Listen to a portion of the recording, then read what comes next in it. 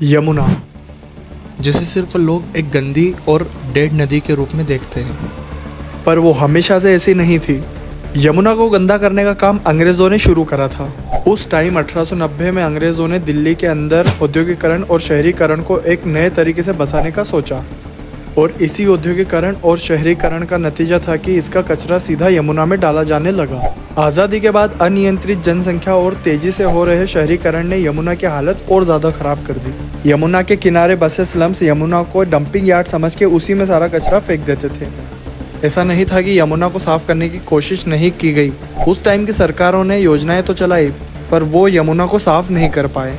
सरकारें आती, यमुना को साफ करने का वादा भी करती, पर यमुना वैसी की वैसी ही।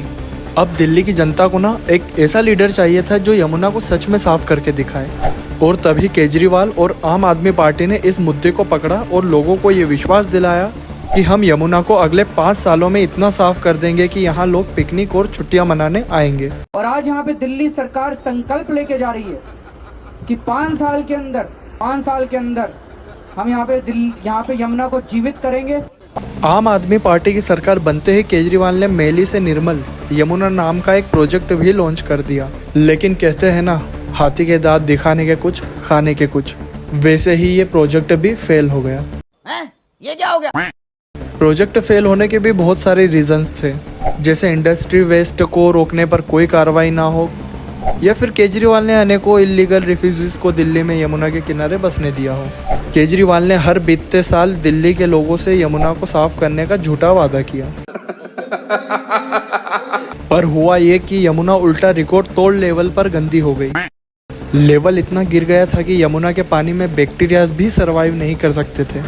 और इन सब बातों पर जब केजरीवाल से पूछा गया तो उसने ये कह के ख़त्म कर दिया कि यमुना पे वोट थोड़ी मिलते हैं, यमुना पे वोट नहीं मिलेंगे।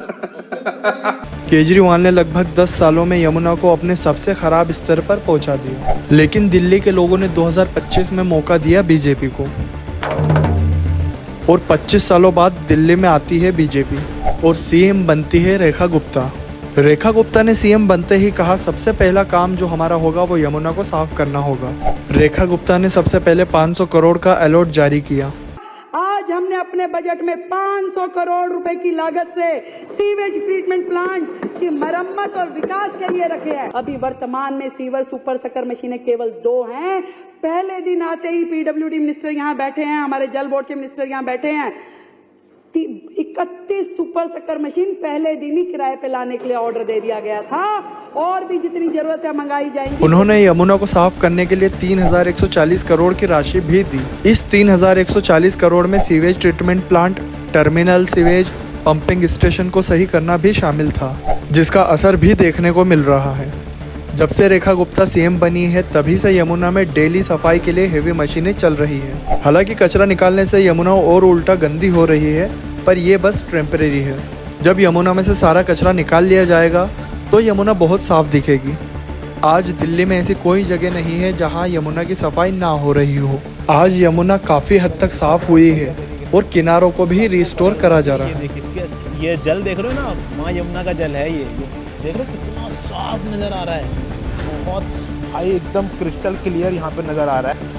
ऐसा नहीं है कि यमुना पूरी तरीके से साफ हो गई है, पर इस छोटी सी कोशिश से भी बहुत बड़ा बदलाव दिख रहा है।